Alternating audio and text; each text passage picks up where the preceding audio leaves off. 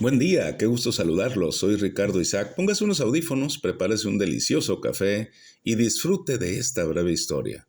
Para los que entran por primera vez a este canal, abordaremos temas sobre historia de México, historia universal, biografías, pensamientos y una que otra recomendación así de repente, ¿no?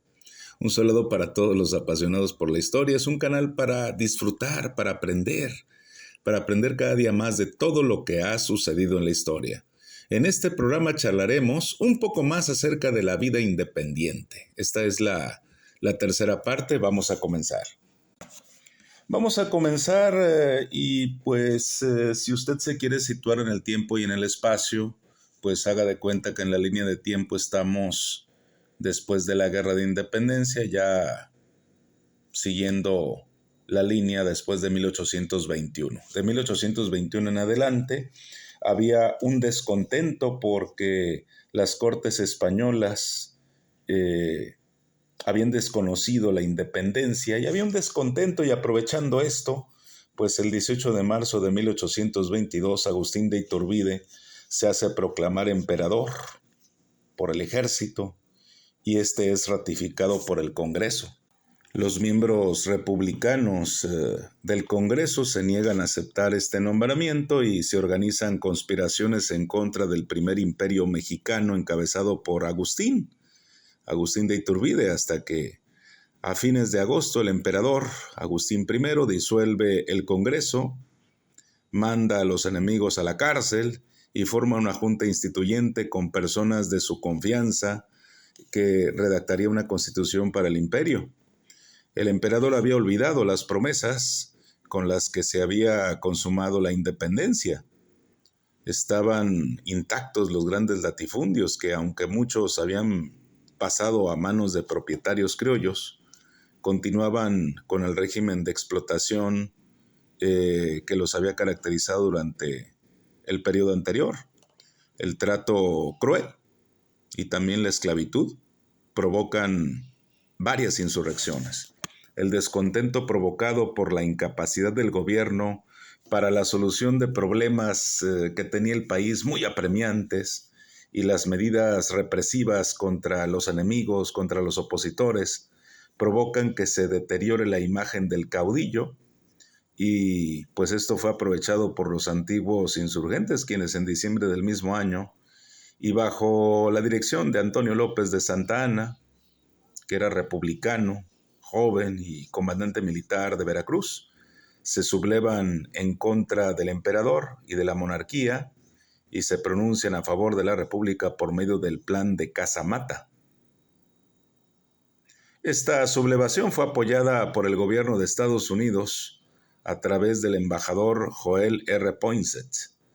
Iturbide restablece al Congreso, abdica el 19 de marzo de 1823 y sale del país rumbo a Italia. Se nombra un triunvirato para que gobernara mientras se establecían las bases del nuevo estado. Este triunvirato estaba formado por Guadalupe Victoria, Nicolás Bravo y Celestino Negrete. Así los diputados del Congreso disuelven la monarquía y declaran que México sería una república. Se nombra un Congreso Constituyente para elaborar la constitución del nuevo país. En el Congreso existían dos tendencias políticas. Los diputados conservadores, que pues querían conservar el orden social que existía durante la época de la colonia, y pues en un principio habían propuesto que se instalara una monarquía. Desistieron de esta idea al ver que este régimen pues no funcionó y propusieron la formación de una república centralista. Esto es que el país estuviera controlado por un gobierno en el centro, un gobierno central con una sola constitución, que todas las decisiones se tomaran, le digo, desde el centro y que los recursos económicos se enviaran a la Ciudad de México para su administración, de las provincias a la ciudad. Los liberales, entre los que estaban los antiguos insurgentes, inspirados en principios de libertad, de igualdad, de libertad de la Ilustración, proponen que se forme una república federal en la que cada estado tuviera su constitución, resolviera de forma autónoma sus problemas internos y administrara sus recursos. En este esquema, la federación solo determinaría las relaciones entre los estados y y también con el exterior. Al desintegrarse el imperio, algunas provincias se niegan a obedecer al nuevo gobierno y amenazan con separarse si no se adopta un gobierno federal que les otorgara una legislación estatal y un régimen municipal con autonomía. Debido a la anarquía y al aislamiento, las provincias de Centroamérica decidieron separarse para constituirse en una república independiente llamada Provincias Unidas de Centroamérica. Y pues ante el peligro de la desintegración del país, la decisión del Congreso se inclinó a favor del federalismo. Se da a conocer la primera acta constitutiva de la nación mexicana, ya en 1824, en la cual se adoptaba la forma de república representativa, popular y federal, formada por 19 estados, 4 territorios y un distrito federal. Se publica la Constitución Federal de los Estados Unidos Mexicanos en 1824, que consagraba el principio de soberanía nacional y establecía la división del gobierno en 3 poderes: ejecutivo, legislativo y judicial, que como sabemos, pues el poder ejecutivo, representado por un presidente y un vicepresidente; el legislativo, representado por 2 cámaras, una de diputados y otra de senadores; y el judicial, formado por la Suprema Corte de Justicia de la Nación. A nivel estatal, la Constitución ordenaba que el gobierno se dividiera a su vez en 3 poderes y estableciera tribunales de justicia locales. Entonces, en síntesis, en la Constitución de 1824 se reafirma la independencia, se adopta el sistema de gobierno republicano, representativo, popular y federal, se divide el territorio mexicano en 19 estados, 4 territorios y un distrito federal. Se divide el gobierno en 3 poderes, ya lo dijimos: ejecutivo, legislativo y judicial. Se promulga la libertad de prensa y de expresión. No se permite la libertad religiosa y se mantuvieron los privilegios del ejército y del clero. Esta nueva constitución otorgaba el derecho de voto solo a los ciudadanos que tuvieran propiedades o rentas y negaba el voto a las mujeres. Se conserva la estructura oligárquica que permitía votar únicamente a las clases acomodadas y se hace la exclusión, además de a las mujeres, a los trabajadores y los campesinos. Se conservaban los fueros militar y eclesiástico y se establecía como religión oficial la católica, prohibiendo la práctica de otra. En la Constitución de 24 se proclamaron la libertad de prensa y de expresión, pero no se contempló ninguna transformación en la estructura social, por lo que no se expresaron los intereses ni las demandas de trabajadores y campesinos, y se preservaron los privilegios de las clases propietarias, de la iglesia y del ejército. Estas contradicciones hicieron imposible que México tuviera una estabilidad política duradera. Durante los 11 años de guerra, surgieron caudillos que lucharon contra el gobierno por todo el territorio de la Nueva España, contra el gobierno virreinal. Muchos de ellos contra el poder establecido sin afiliarse a ninguna causa, y se convirtieron en la máxima autoridad de la porción del territorio que dominaban, por las armas. Se consuma la independencia y al consumarse los nuevos gobiernos tenían que convencer o someter a estos caudillos bajo un poder central que preservara la unidad del territorio y organizara la producción y el desarrollo. Pero estos primeros gobiernos eran débiles y mantenían diferencias en su interior, por lo que no fue fácil lograr la unión de un territorio tan extenso. Durante los primeros 30 años de la República, desfilaron por la silla presidencial más de 45 diferentes gobiernos. Duraron algunos muy poquito, algunos duraron solo un mes. Esta situación era de permanente inestabilidad. Se produjeron alrededor de 100 pronunciamientos, motines, rebeliones. Santana dirigió el país 11 veces, 5 como liberal y 6 como conservador. Se promulgan 3 constituciones distintas, una liberal y 2 centralistas, y el país sufre 4 invasiones y conflictos bélicos internacionales, en uno de los cuales la guerra contra Estados Unidos. México, fíjese nomás, México perdió más de la mitad de su territorio. Y bueno, pues los primeros gobiernos liberales de Guadalupe Victoria, de Vicente Guerrero, se encuentran con la nación en quiebra y con muchísimos problemas. Las luchas entre federalistas, agrupados en la logia yorquina, y los centralistas, agrupados por la logia escocesa, se recrudecen provocando continuos levantamientos. La logia yorquina representaba los intereses de los liberales apoyados por Estados Unidos, a través de su embajador en México, Joel R. Poinsett. La logia escocesa defendía intereses de los antiguos grupos de propietarios y comerciantes y de las altas jerarquías eclesiástica y militar. Las logias representarían más tarde a los partidos liberal, yorquina y conservador escocés o escocesa. España intentaba la reconquista, por lo que Guadalupe Victoria y Vicente Guerrero tuvieron que enfrentarse contra los últimos que se resistían, los últimos reductos de la resistencia española. En 1825, Guadalupe Victoria expulsó a la única guarnición militar española pues que quedaba, la cual se había pertrechado en el fuerte de San Juan de Ulúa, allá en Veracruz, y en 1826 descubre una conspiración que dio lugar a la expulsión de varios miles de ellos. Con el propósito de capitalizar su gobierno, Guerrero aprobó la venta de propiedades de la iglesia que habían pertenecido a los jesuitas y establece los primeros impuestos, que eran más altos para los ricos que para los pobres. Estas medidas afectan a las clases altas y al clero, quienes organizan una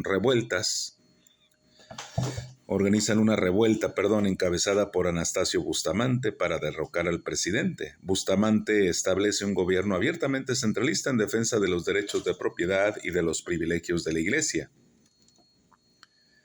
Las medidas represivas con las que impuso el orden provocaron numerosos levantamientos. Vicente Guerrero se retira al sur a reiniciar la guerra de guerrillas, pero por medio de una traición, Bustamante logró tomarlo prisionero para luego mandarlo a ejecutar. El joven comandante de Veracruz, aquel que había iniciado la revuelta contra el imperio de Iturbide, Antonio López de Santa Anna, se subleva ante la muerte de Guerrero, uno de los caudillos insurgentes más venerados por el pueblo, y derrotó a Bustamante. En el año de 1833, Antonio López de Santa Anna fue electo presidente y Valentín Gómez Farías vicepresidente. Santa Anna fue presidente de nombre, pero no gobernó. Realmente no gobernó, se retiraba constantemente a su hacienda, allá en Veracruz. Pretextaba cansancio y una salud precaria, dejando el gobierno en manos de Gómez Farías. Valentín Gómez Farías, liberal muy avanzado, inició una serie de reformas para superar la crisis económica por la que pasaba el país y para acabar con los privilegios de la iglesia y del ejército, que eran una carga para el gobierno. Estas reformas provocaron muchas sublevaciones, por lo que Santa Anna depuso definitivamente a Gómez Farías. Antonio López de Santa Anna, que había tomado el poder con el apoyo de los liberales, cambió de rumbo hacia el lado conservador. En 1835 apoyó a un nuevo Congreso que redactó una constitución conocida como las 7 leyes, en la que se establecía una república centralista. Los estados serían sustituidos por departamentos, su economía se planearía y administraría desde el centro, y sus gobernantes serían designados por el presidente, quien desde ese momento tomaría todas las decisiones importantes. Convoca a un segundo Congreso Constituyente que formula un proyecto de constitución que se conoció como las Bases Orgánicas, en la que se establecía una segunda república centralista que imponía un orden aún más centralizado, que daba al presidente un poder casi omnímodo. Santa Anna fue llamado a ocupar la presidencia otras 6 veces, 11 en total. En varias ocasiones dejó el poder en manos de diferentes personas para retirarse a descansar a su hacienda de Veracruz, o bien para comandar al ejército contra alguna sublevación. Cada vez que la nación necesitaba que alguien tomara las armas para su defensa, Santa Anna regresaba para dirigir al ejército mexicano contra sublevaciones contra invasiones, ¿no? En 1836 se enfrenta con los colonos que proclamaban la separación de Texas y después de sufrir una triste derrota, fue obligado a reconocer la independencia de esta provincia.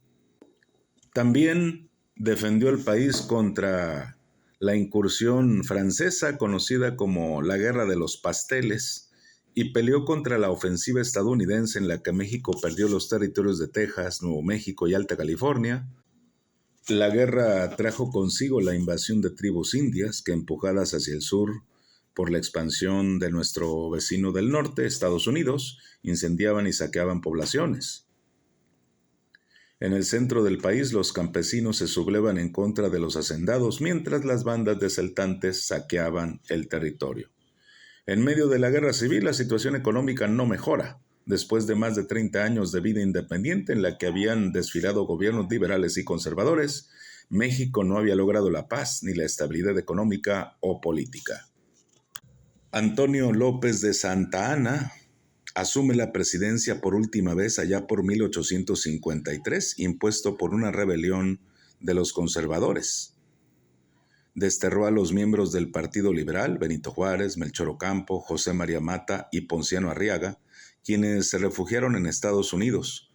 Con el título de Alteza Serenísima, gobernó como dictador caprichoso y derrochador, imponiendo impuestos sobre la posesión de carruajes, puertas, luces exteriores, ventanas y perros en las casas. Ese mismo año, Estados Unidos solicita a su gobierno la compra de algunos territorios, entre los que estaba el de la Mesilla. Temeroso de otra invasión, Santa Anna vende este territorio y otorgó a Estados Unidos el derecho de libre tránsito por el Istmo de Tehuantepec. Y es así como llegamos al final de esta breve historia con esta continuación de las primeras décadas de vida independiente. Soy Ricardo Isaac. Muchas gracias por tu atención a la breve historia. Por favor, dale like, toca la campanita, compártelo y suscríbete. Qué bien me quedó el café, la verdad. Permítame. Voy a tomar tantito. Hasta luego. Bye.